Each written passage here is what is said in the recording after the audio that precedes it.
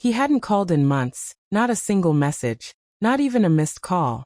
And I told myself not to read too much into the silence even though it sat heavy in my chest every single night. I kept making excuses for him the way mothers do. Telling myself he was busy, that life moves faster for the young, that maybe he'd call when things slowed down. Then one evening, completely out of the blue, my phone buzzed with his name on the screen. And for a moment I just stared at it like it might disappear. His voice sounded distant, careful, almost rehearsed. And when he said he wanted to visit, my heart leapt in a way I hadn't felt in years. I cleaned the house that night like a woman preparing for something sacred, wiping surfaces that were already clean, setting out the good cups, straightening picture frames that held memories of a boy who once ran through these rooms barefoot and laughing. When he arrived, it wasn't alone.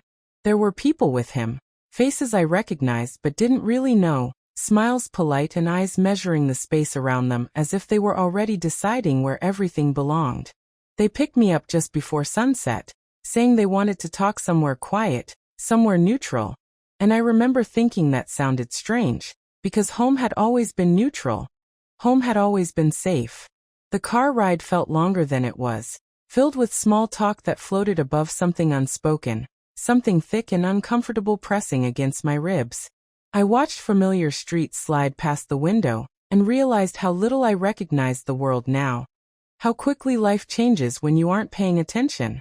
When we finally stopped, the sky was bruised with evening light, and there was this sudden tightness in my throat I couldn't explain. We sat there for a moment, the engine still running, and that's when his tone changed. It wasn't angry, not cruel, just firm in a way that felt colder than shouting ever could. He spoke about responsibility, about what family means, about how things can't stay the same forever. And each word felt like it was being carefully placed, like stones building a wall I hadn't noticed rising between us. I tried to respond, to laugh it off, to remind him of who we were to each other, but my voice sounded smaller than I remembered, like it no longer carried the authority it once did. He talked about plans, about decisions that had already been made, and I realized with a dull shock that I wasn't part of making them. I was being informed, not asked. Somewhere in that moment, the realization settled in that this visit wasn't about reconnecting, it wasn't about missing me. It was about convenience, about tying up loose ends. I felt foolish for the excitement I'd carried all day, for the way I'd straightened the house as if love could be polished into place. My hands trembled in my lap, not from fear, but from the slow, painful understanding that the child I raised had grown into someone who saw me differently now. Not as a mother, but as a problem to be managed. The silence that followed his words was heavier than anything he'd said. And as the sun finally slipped below the horizon, I felt something inside me harden. It wasn't bitterness yet, not anger, but awareness. The kind that changes you quietly, permanently. Sitting there in that car, surrounded by people who called themselves family, I understood for the first time that love doesn't always disappear loudly. Sometimes it fades politely, with calm voices and reasonable explanations, leaving you to piece together what was lost long after everyone else has already moved on. That night, after they dropped me back home, the house felt different, as if the walls themselves had overheard the conversation, and were quietly judging me for not seeing it coming sooner. I sat alone in the living room with only the lamp on, staring at the faint reflection of my face in the darkened window, trying to recognize the woman looking back at me. She looked older than I remembered, not just in years but in weariness, as if hope itself had added weight to her shoulders. I replayed every word he had said in that car, every pause, every careful explanation that sounded reasonable on the surface, but hollow underneath. It wasn't what he said that hurt the most, it was what he didn't say. He didn't ask how I was managing on my own, didn't ask if I was afraid, didn't ask if I was okay with any of it. The decisions had already been wrapped up neatly before he ever dialed my number. I made tea I didn't drink and paced the kitchen, my footsteps echoing in a way they never used to when the house was full of noise and life. I remembered mornings when he was small, how he used to sit at this same table swinging his legs, asking questions about the world as if I held all the answers. Back then, I believed love was enough to keep us connected forever.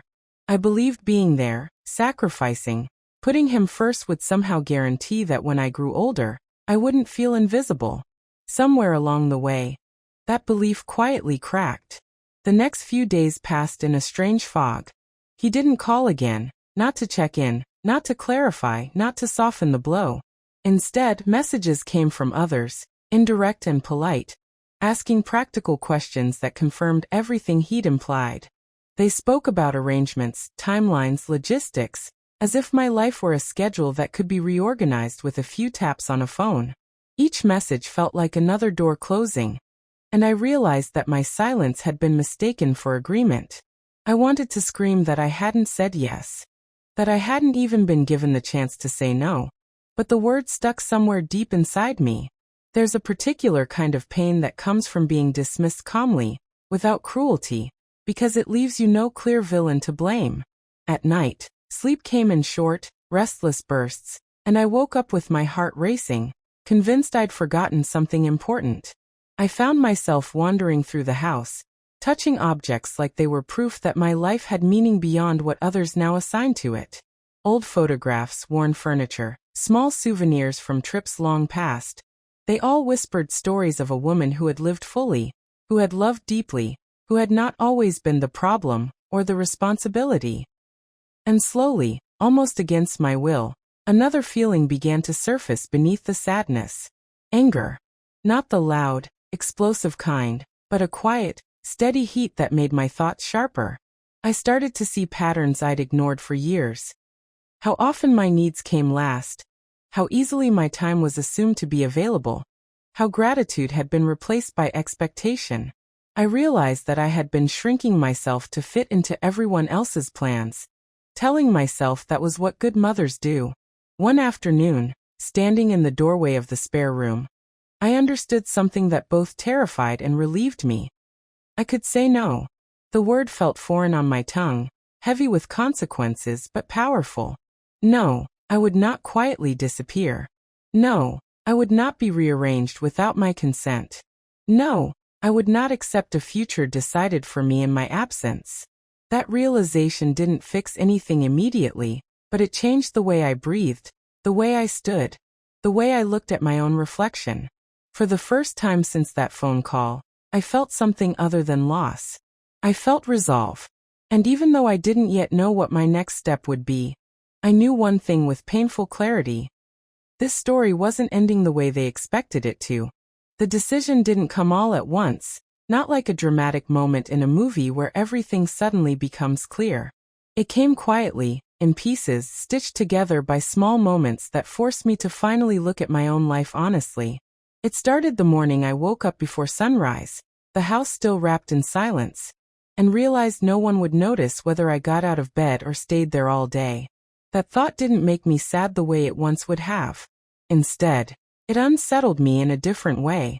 I made my coffee slowly, watching the steam rise, and wondered how I had allowed myself to become someone whose presence felt optional. As the days passed, I noticed how conversations about me continued without me. Decisions were finalized, plans were adjusted, and updates were delivered to me as if I were an afterthought rather than a person at the center of my own life. One afternoon, a message arrived outlining what would work best for everyone. The phrase sat on the screen like an accusation. Everyone except me, I thought. I read it again and again, my fingers hovering over the keyboard, unsure whether I was allowed to disrupt the calm certainty of their plans. For years I had been the one smoothing things over, the one who said, "It's fine," even when it wasn't. That habit didn't disappear overnight. I typed a response, erased it, typed another, erased that too.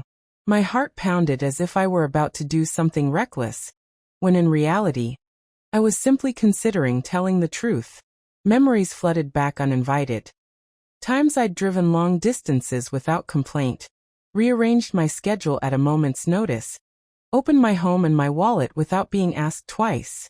I had told myself that love meant flexibility, that family meant sacrifice.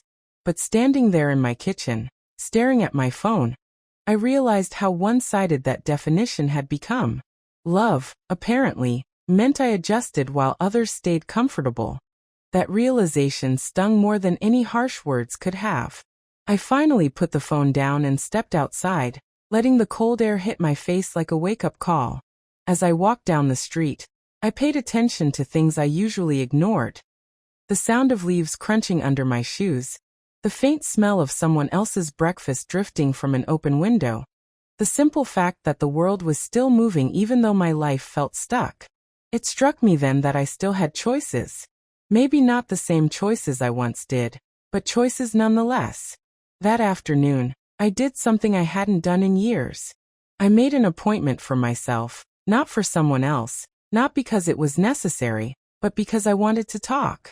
Sitting across from a stranger who didn't know my family history or my role in everyone else's life, I finally spoke out loud the thoughts I'd been swallowing for decades. I talked about how invisible I felt, how afraid I was of becoming a burden, how tired I was of being strong in silence. Saying those things didn't make me weak. It made me feel lighter, as if I'd been carrying a weight I was never meant to hold alone. In the days that followed, I noticed a shift, not in them, but in me. When another message arrived, this one politely asking if I was okay with the arrangement, I felt something solid settle in my chest. I wasn't angry anymore. I was clear. I responded carefully, honestly, without apology. I said I needed time. I said I had questions. I said I wasn't comfortable agreeing to anything yet. The silence that followed was telling. Hours passed, then a day, and I realized how accustomed they were to my immediate compliance. That silence confirmed what I had been avoiding. My value to them had been tied to my usefulness. Accepting that truth hurt, but it also freed me. For the first time, I stopped trying to control how they would react. I focused instead on what I needed to survive with my dignity intact. I began sorting through old paperwork, reviewing finances I'd barely looked at because I trusted others to handle it. I asked questions. I learned things. Each small step made me feel more grounded, more present in my own life. I wasn't planning revenge or dramatic confrontations. I was reclaiming myself, piece by piece. One evening, as I sat at the table surrounded by documents and notes, I felt an unfamiliar sense of calm. The future was still uncertain, but it was no longer being written without me. I understood then that standing up for myself didn't mean I loved my family any less. It meant I finally loved myself enough to stop disappearing. And whether they were ready for it or not, I was no longer the woman who quietly accepted whatever was decided for her. What surprised me most after I began asserting myself wasn't immediate conflict, but confusion. The people around me didn't know how to react to this quieter version of resistance. I wasn't yelling, accusing, or making dramatic declarations. I was simply no longer bending. Days passed, and I noticed subtle shifts in tone. Messages that sounded polite on the surface but carried an edge beneath them. Questions framed as concern that felt more like pressure. Are you sure this is what you want? One message read, as if my hesitation were a phase that would soon pass. I almost laughed when I read it, not out of humor but out of recognition. For so long, my wants had been dismissed as temporary moods, easily overridden by what was deemed practical or convenient for everyone else. That afternoon, I sat by the window watching the light change, and realized how deeply that pattern had shaped me. I had been trained, slowly and gently, to doubt myself. Every time I hesitated, someone stepped in to decide for me. Every time I expressed discomfort, I was reminded of how much others were counting on me. That realization didn't come with rage, it came with grief. Grief for the years I had spent shrinking myself, convincing myself that being agreeable was the same as being loved. As the week unfolded, I found myself revisiting old memories with new eyes. Moments that once felt ordinary now stood out sharply. The time I was told it would be easier if I didn't come along, the countless occasions when my needs were postponed indefinitely, the way my silence was always interpreted as consent.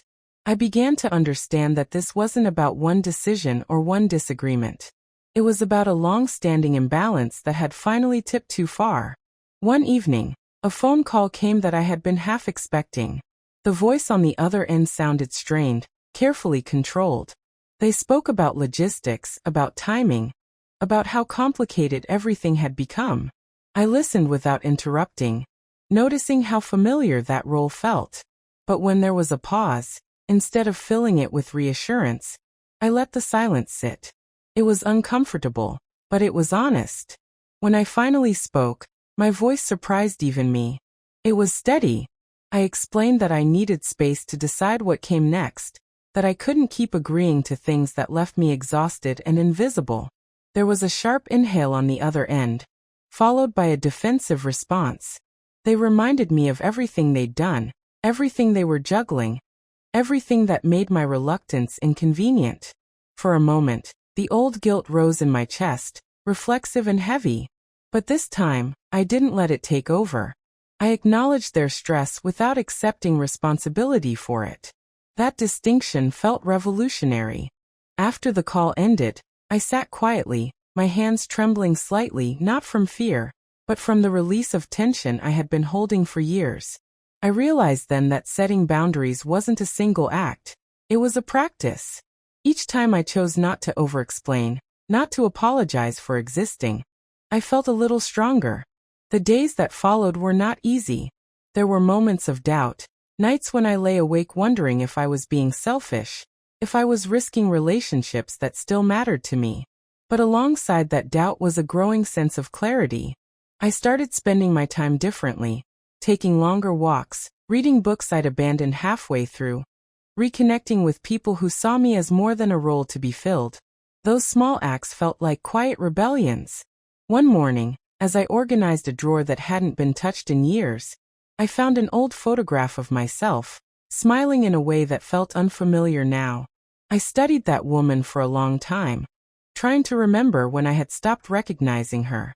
I didn't want to go back to who I was then exactly, but I wanted to reclaim the part of myself that believed her life mattered. Later that day, another message arrived, this one more blunt than the others. It questioned my choices, hinted at consequences, implied disappointment. I read it carefully, and then set my phone down without responding immediately. For the first time, I trusted myself enough to take time. When I did reply, it was brief and clear. I restated my position without justification. I didn't ask for understanding. I simply spoke my truth. The response was slow in coming, and when it did arrive, it was cooler, more distant. That distance hurt, but it also confirmed what I had begun to accept. My compliance had been mistaken for harmony. Without it, the cracks were impossible to ignore. Still, as painful as that realization was, it felt better than living in quiet resentment. I wasn't sure where this path would lead, but I knew one thing with certainty. I could no longer build my life around being agreeable at the cost of my own well-being. Whatever came next would have to include me, not as an afterthought, not as a convenience, but as a person whose voice finally carried weight. After that shift, life didn't suddenly become peaceful or clear, but it became honest in a way I had never experienced before. There was a strange quiet that settled over my days. Not the lonely kind, but the kind that follows after you stop explaining yourself to people who never truly listened. I noticed how much energy I had been spending justifying my existence, softening my words so others wouldn't feel uncomfortable, managing reactions that were never mine to manage in the first place. Now, with that weight slowly lifting, I felt both lighter and more exposed. There were moments when I reached for my phone out of habit, ready to reassure, to smooth things over, to say the right thing at the right time. And then I would stop myself. I began to understand how deeply conditioned that response was, how it had become second nature over years of being told, directly and indirectly, that my role was to keep things running smoothly no matter the cost to myself. One afternoon, I found myself standing in the grocery store aisle, staring at a shelf without really seeing it, overwhelmed by a sudden wave of emotion. It wasn't sadness exactly. It was the realization that I had never really asked myself what I wanted on ordinary days. My life had been structured around other people's needs, their schedules, their expectations. Even my preferences felt negotiable, flexible, easily postponed.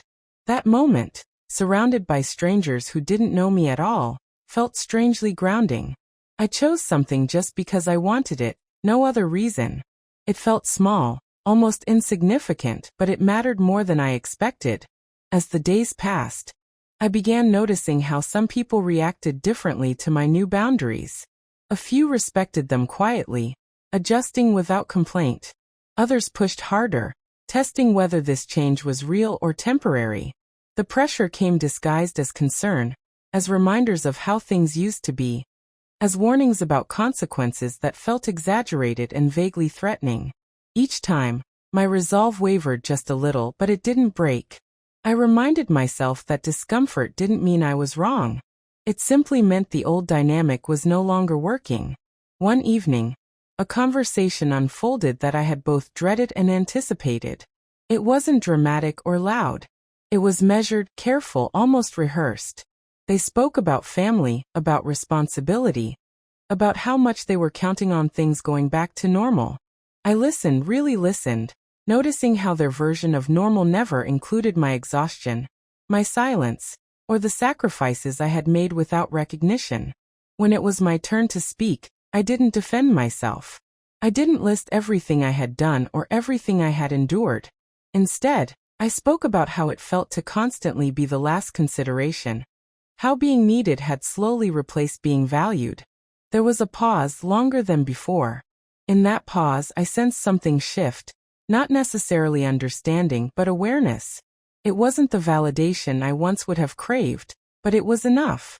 After that conversation, I felt emotionally drained but strangely grounded. For the first time, I hadn't betrayed myself to preserve someone else's comfort. That realization stayed with me as I moved through the following days, making small but deliberate choices that reinforced this new sense of self. I rearranged my space, getting rid of things I had kept out of obligation rather than attachment. I reconnected with parts of my routine that had quietly disappeared over the years. I also allowed myself to feel the grief I had been postponing. The grief of realizing how long I had accepted less than I deserved, how deeply I had internalized the belief that my worth came from usefulness. That grief wasn't easy, but it was cleansing. It made room for something steadier, something more honest. There were setbacks, of course, moments when guilt crept back in, whispering that I was being difficult, ungrateful, selfish. But now I recognized those thoughts for what they were: echoes of old narratives, not truths. I reminded myself that caring for others did not require self-erasure. That love, if it was real, should not demand silence. One morning, as sunlight filtered through the window, I realized I was no longer waiting for permission. I wasn't waiting for someone to tell me it was okay to rest, to say no, to change my mind. That permission had finally come from within, and it felt both terrifying and freeing. I knew there would be consequences to this shift. Relationships might change, distances might grow, but I also knew that continuing as I had been was no longer an option. I wasn't trying to punish anyone or prove a point. I was simply choosing to exist fully in my own life. That choice, once made, couldn't be undone. It marked the moment I stopped living as a supporting character in someone else's story and began, slowly and imperfectly, to write my own. With that internal shift firmly taking root, I began to notice how differently the world responded when I no longer shrank myself to fit into other people's expectations. It wasn't that circumstances magically improved, but my relationship with them changed. I stopped interpreting every silence as rejection and every disagreement as failure. Instead, I started seeing patterns. How often I had been relied on precisely because I never pushed back, how my availability had been mistaken for obligation. There were moments when people reacted with confusion, even irritation, as if they were encountering a version of me they didn't recognize. In a way, they weren't wrong. This version of me asked questions instead of assuming responsibility, paused instead of rushing to fix things, and allowed space where there used to be constant accommodation. One evening, a situation unfolded that would once have sent me spiraling. A request came, urgent in tone, framed as a necessity rather than a choice. In the past, I would have immediately rearranged my plans, ignored my fatigue, and complied without hesitation. This time, I felt the familiar pull of guilt rise up, sharp and insistent, but I didn't act on it right away. I sat with it, letting the discomfort wash over me. I realized that the guilt wasn't coming from doing something wrong. It was coming from doing something new. When I finally responded, my voice was calm, my words simple. I said no, without justification, without apology. The silence that followed was heavy, charged with unspoken expectations. For a moment, I wondered if I had crossed some invisible line, if this would be the moment everything unraveled. But instead of chaos, there was only distance, and that distance revealed something important. The relationship had been sustained largely by my compliance, not mutual understanding. That realization hurt, but it also clarified what I had been carrying alone for so long. In the days that followed, I found myself reflecting on how deeply I had confused endurance with strength. I had believed that being strong meant absorbing discomfort quietly, showing up no matter how depleted I felt, never asking for more. But now I saw that real strength required honesty, even when it disrupted the familiar order of things. I began to remember moments from years earlier.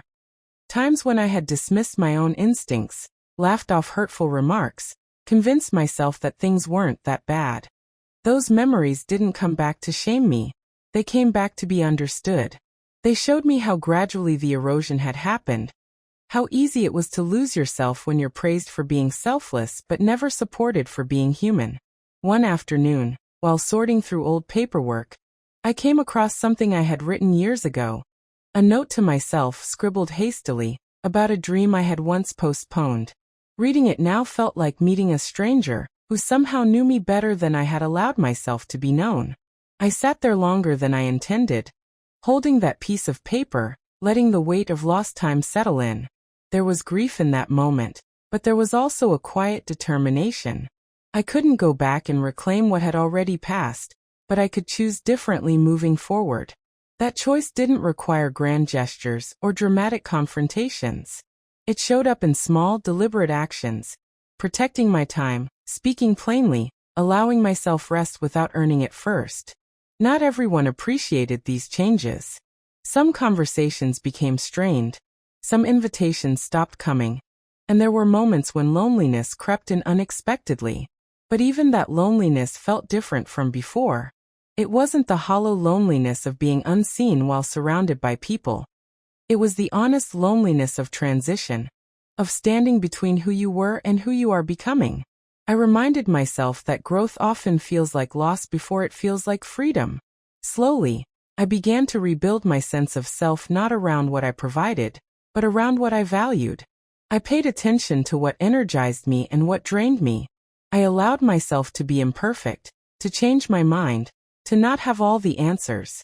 One particular conversation stayed with me, not because it was dramatic, but because of what it revealed. Someone I had long considered close expressed disappointment, not in my behavior, but in my refusal to prioritize their needs above my own. They spoke as if my boundaries were a personal betrayal. As I listened, I realized how conditional that closeness had been. It was built on access, not respect. That realization stung, but it also confirmed that I was no longer willing to maintain connections that required my silence. After that conversation, I walked home slowly, noticing details I would usually rush past.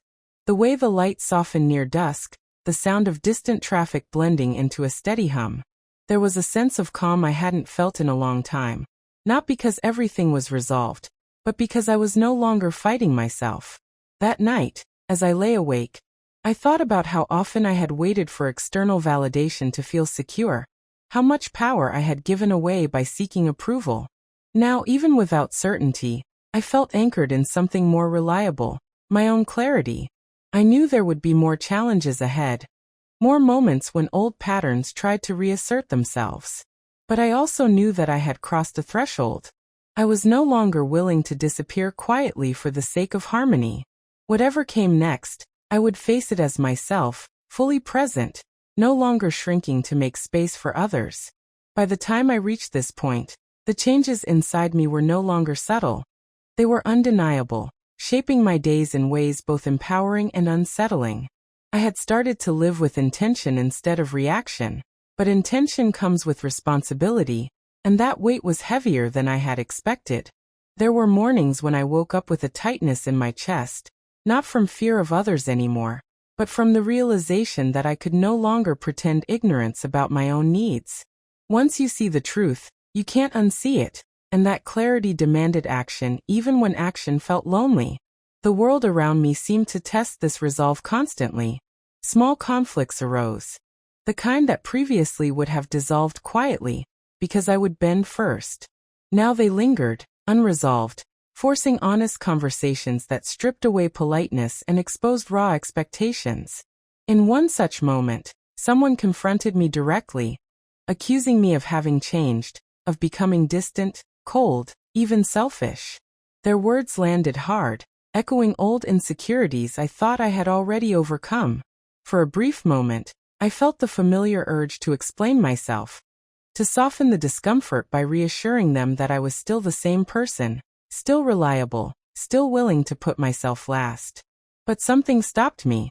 I realized that explaining myself endlessly was just another way of asking permission to exist as I was. Instead, I listened quietly, acknowledging their feelings without taking ownership of them. When I finally spoke, my voice didn't shake.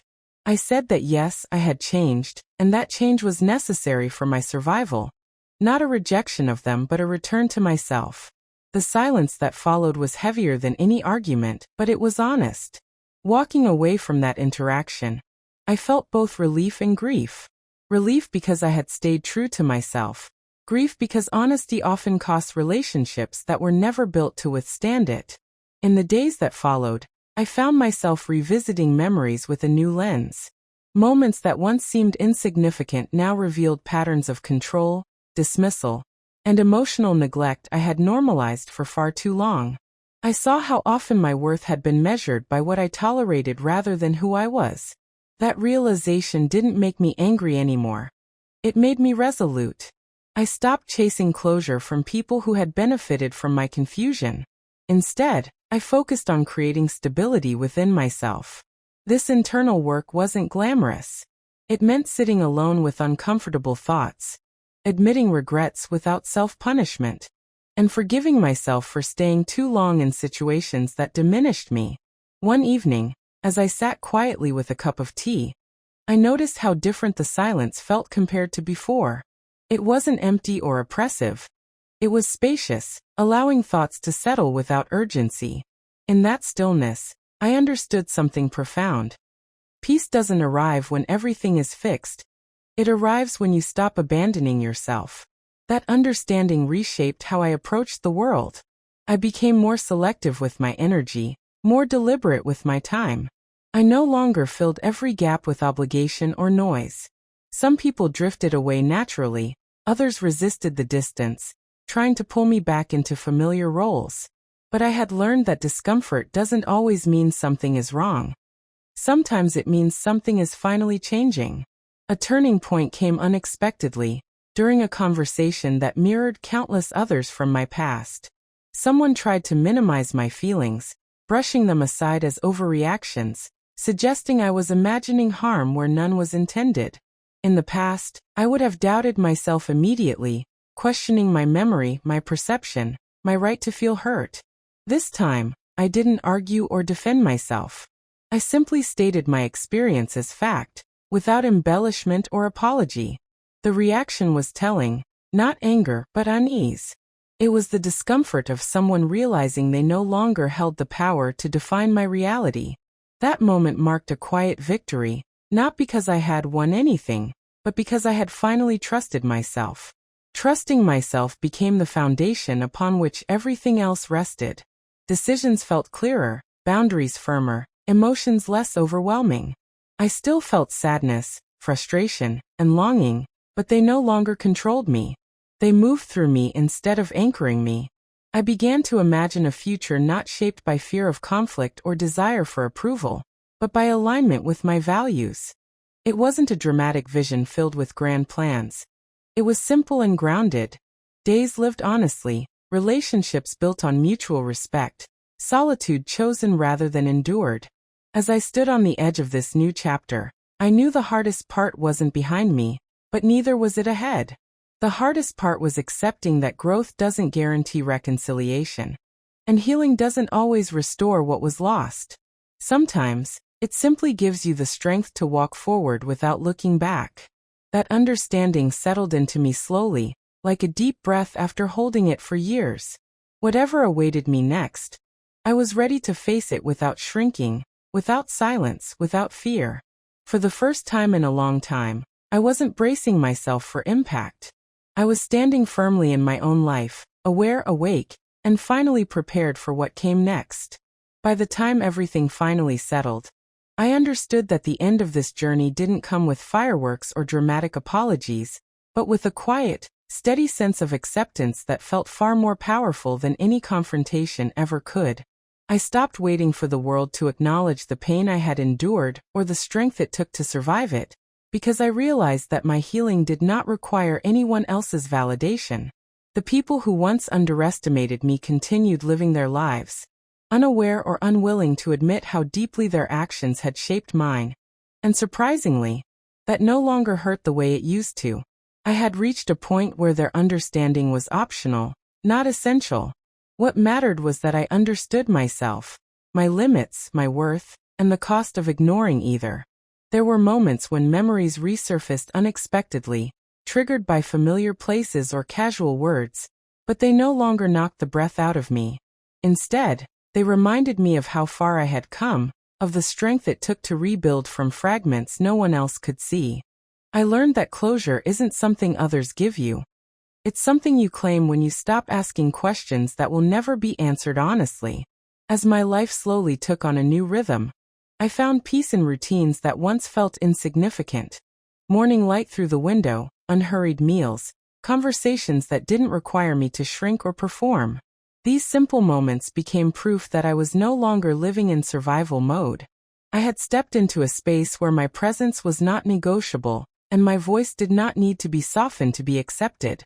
One day, I caught myself smiling without a reason, and it startled me, not because joy was unfamiliar, but because it felt natural again. That was when I knew the healing was real. I had stopped defining myself by what I had endured and started defining myself by what I chose moving forward. I chose honesty over harmony, self-respect over approval, and peace over familiarity. The future no longer felt like something to fear or brace against. It felt open, shaped by intention rather than obligation. I understood now that strength isn't loud or aggressive. It's the quiet refusal to betray yourself again. Looking back, I didn't wish things had happened differently, because those experiences, as painful as they were, led me here, to clarity, to resilience, to a life lived on my own terms. I no longer needed to prove anything to anyone. The chapter had closed not with bitterness, but with understanding, and that understanding gave me freedom. As I stepped forward into whatever came next, I carried with me a calm certainty. I survived, I learned, and I reclaimed myself, and that was more than enough.